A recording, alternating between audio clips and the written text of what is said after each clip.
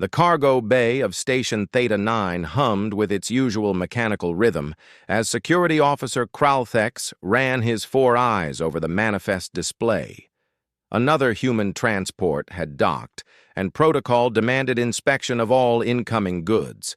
The Zentari officer had been working this station for 6 cycles now, and he thought he had seen everything the galaxy could throw at him. He was wrong. Commander Sarah Chen stepped off the transport vessel with a gravity sled behind her, stacked impossibly high with what appeared to be soft, colorful fabrics. Kralthex's mandibles clicked in confusion as he approached. The human female was small by most species standards, barely reaching his thorax, but she moved with the peculiar confidence that all humans seemed to possess. "Manifest states military supplies," Kralthex announced, his translator rendering his chittering speech into standard galactic. "This appears to be textile materials. Excessive textile materials." Sarah smiled, that strange human expression that showed teeth, which most species found threatening but humans insisted was friendly. "That's correct, officer. Blankets. About 200 of them." Kralthex's antennae twitched in bewilderment. The war with the Kresh Empire had been raging for 3 standard years. Every station, every ship, every outpost was running on minimum supplies. Food was rationed. Medicine was precious. Ammunition was worth more than credits. And this human was hauling blankets? "Commander Chen," he said slowly, consulting his data pad, "your service record indicates you are a decorated combat pilot. 17 confirmed kills. 3 medals of valor. You have clearance for high-priority military cargo." He gestured at the mountain of fabric. "Explain this." Sarah's expression didn't change, but something flickered in her eyes. Something that made Kralthex's survival instincts tingle. Humans were dangerous when they looked like that. Not aggressive, but determined. It was a look he had learned to recognize during his time working alongside Earth's forces. "They're going to Outpost Sanctuary," she said simply. Kralthex knew that name. Everyone in this sector knew it. Outpost Sanctuary was a medical station on the edge of the war zone, taking in refugees from dozens of species whose worlds had been caught in the crossfire. It was undermanned, undersupplied, and somehow still functioning through what could only be described as stubborn human optimism. Refugees need food, medical supplies, defensive equipment, Kralthex pointed out reasonably, not blankets. "They need those too," Sarah agreed, "but they also need these." She reached into the pile and pulled back one of the blankets just slightly. Kralthex leaned forward, and his 4 eyes widened in synchronized shock. Underneath the blankets were children, dozens of them. Small, furry bodies curled against each other, breathing softly in sleep. He recognized at least 6 different species in that first glance. Yenith cubs with their distinctive spotted fur. Thraxian younglings barely past their first molt. Even 2 Kresh infants, their carapaces still soft and pale. Kresh, the enemy. Children of the very species that was tearing the galaxy apart. Kralthex's hand moved instinctively toward his weapon, then stopped. These weren't soldiers. They were babies, and they were sleeping peacefully, wrapped in what he now realized were carefully arranged blankets that formed a sort of nest. "Commander Chen," he said, his voice dropping to a whisper. "What is this?" Sarah's jaw tightened. "This is an unauthorized rescue operation. Those children were found in a destroyed settlement 3 systems back. The adults didn't make it. When we arrived, they were hiding in the ruins, starving, terrified. The Kresh cubs were being protected by a Yenith mother who wasn't even their species. She died of her injuries 2 days ago, but not before making me promise to get them somewhere safe." Kralthex felt his certainty crumbling. Protocol was clear. Enemy combatants were to be detained, enemy civilians were to be processed through proper channels. But enemy children? Orphaned children? mixed with orphans from allied species, all clinging to each other for warmth and comfort? There was no protocol for this. The galaxy hadn't been kind enough to create one.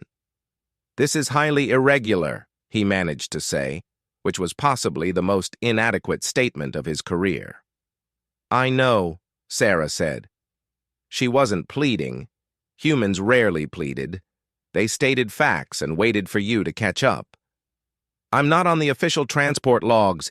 This ship doesn't officially exist in the military registry right now. I called in every favor I had to get these kids out of that hellhole. If you report this, I'll face court-martial. Probably prison. But these children will end up in processing centers, separated by species, traumatized even more than they already are." She pulled the blanket back further, and Kralthex saw a tiny Thraxian youngling shift in her sleep, her small arm wrapping around a creche infant. The creche baby made a soft chittering sound, and one of the Yenith cubs nuzzled closer, providing warmth. "They think they're family now," Sarah said quietly. "They're too young to understand wars and politics and species hatred. They just know they survived together. They just know they kept each other alive." Kralthex stood frozen, his training warring with something else, something he hadn't expected to feel. The Zentarii were not an emotional species. They prided themselves on logic, on following rules and protocols that kept society functioning. But they were also a species that valued the hive, the collective, the protection of young. These children had formed their own hive, across species lines that were supposed to be unbreakable. "The blankets," he heard himself say. "Why so many blankets?" Sarah's expression softened slightly. "Humans have this thing about blankets. We associate them with safety, warmth, comfort. When everything else is chaos, a soft blanket can make a child feel secure." Each of these blankets was donated by families back on Earth, regular people who heard about Outpost Sanctuary and wanted to help. Some of them are handmade. Some have messages sewn into them, messages of hope. She pulled out another blanket, and Kralthex saw embroidered words in Standard Galactic. "You are not alone. You are loved." "I have blankets from Zentari colonies, too," Sarah continued. "And Yenith weaving mothers, and Thraxian thermal wraps, even a few from creche worlds that haven't fallen yet. Sent by parents who understand that children are children, no matter what flag their world flies. I have 200 blankets because 200 families across a dozen species decided that keeping kids warm mattered more than politics." Kralthex looked at his data pad, at the regulations, at the proper channels and official protocols. Then he looked at a tiny creche infant sleeping peacefully against a Yenith cub, both wrapped in a blanket that said "Dream of Peace" in 6 languages. He made a decision that would probably end his career. "Your manifest states military supplies," Kralthex said formally, his voice careful and precise. "I see thermal regulation gear suitable for multiple species, essential equipment for refugee operations. Everything appears to be in order, Commander Chen." Sarah's eyes widened. "Officer Kralthex, I see nothing that violates protocol," he continued, not looking at her. "Though I recommend a direct route to Outpost Sanctuary. The children should not be disturbed. Adequate rest is essential for growing organisms." For a moment, there was silence except for the soft breathing of sleeping children and the hum of the station's life support. "Thank you," Sarah said simply. Kralthex finally met her gaze. "I have never seen this transport. I have never seen you. This conversation did not occur. But Commander Chen, if you do this again, bring proper documentation next time. My colleague on duty next cycle is far less understanding than I am." Sarah's smile returned, genuine this time. "Understood, officer." As she guided the gravity sled toward the departure bay, Kralthex watched the pile of blankets shift slightly.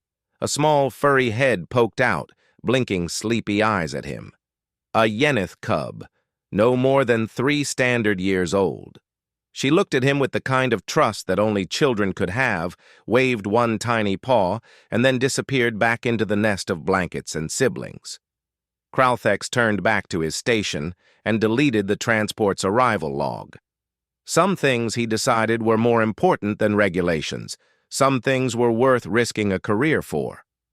Later that cycle, as he filed his routine report, Kralthex found himself doing something he had never done before. He accessed his personal credit account and made a donation to Outpost Sanctuary. It wasn't much, but it would buy food, medicine, maybe more blankets. 3 days later, a message arrived in his personal inbox. It was from Outpost Sanctuary. The children had arrived safely. They were settling in.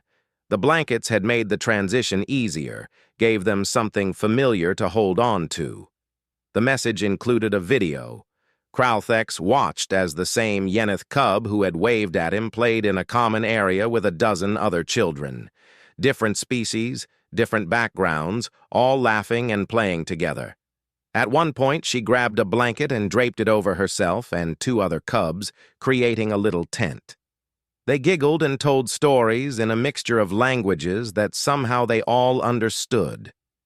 The message ended with a note from the station commander. "Thank you for your donation.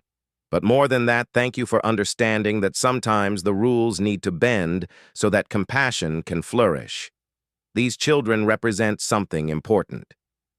They represent the galaxy we're fighting for, not the one we're fighting against." Kralthex saved the video. Against all protocol, against all common sense, he saved it and found himself watching it again during his breaks. Watching children who should have been enemies playing together under donated blankets. Watching a future that might be possible if enough people chose kindness over protocol.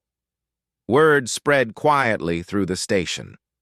Other officers began making donations. Supply clerks started misplacing surplus medical equipment that somehow ended up on transports bound for Outpost Sanctuary. Engineers volunteered to repair refugee ships free of charge.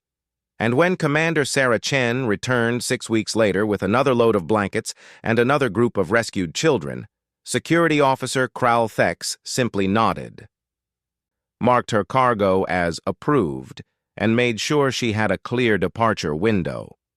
Because sometimes in a galaxy torn apart by war, the most important thing a person could do was make sure children had somewhere warm and safe to sleep.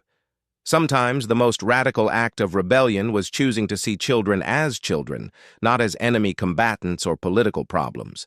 Sometimes the galaxy changed one blanket at a time.